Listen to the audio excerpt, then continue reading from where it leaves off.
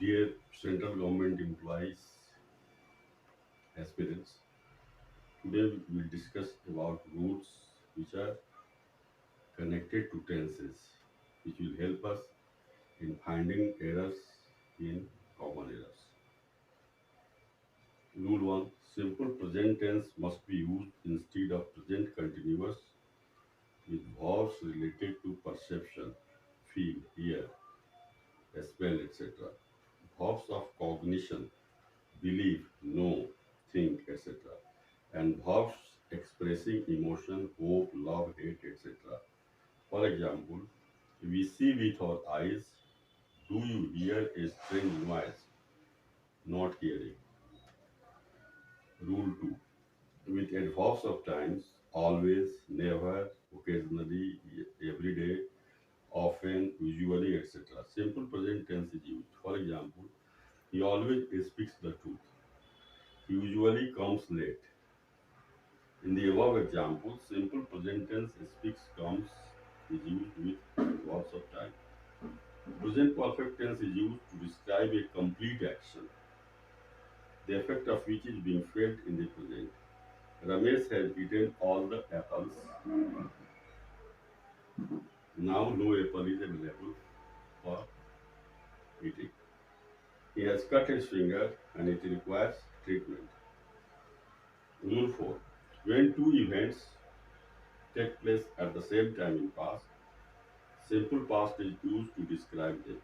For example, when the queen entered the hall, the orchestra played national anthem. When the PM entered the meeting room, all congratulated him. In the given examples, both the events are described in simple past tense, played, congratulated. Next one. When is usually used when one action was completed and another action was going on. While is used when two actions were going on at same time. When he arrived, two actions were going on at the same time. When he arrived, his wife was washing her clothes. Here, first action was completed and the second action was going on. While she was cooking, I was washing clothes.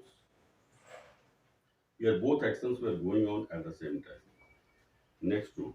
When two actions are to take place on same future time, we use future perfect for action completed first and present simple for the action to be completed afterwards. The students will have left the class. The principal will have started before I reach there. Next rule. In present indefinite sentences, the number of person of the subject play very important role. If the subject is singular, add s or es to the verb. If the verb ends any of the ss, ox, z, ss, cs, then add es instead of s with the verb.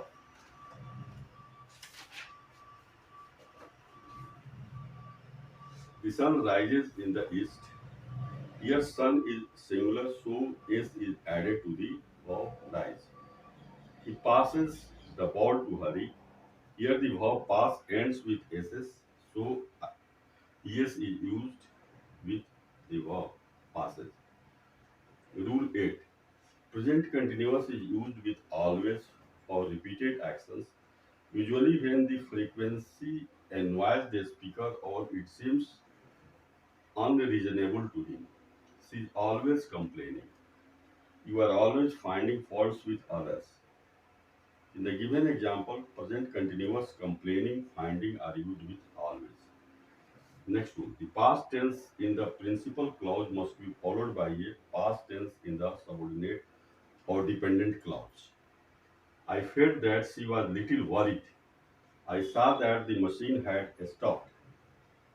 If universal truth is expressed in the subordinate clause, its tense is not changed.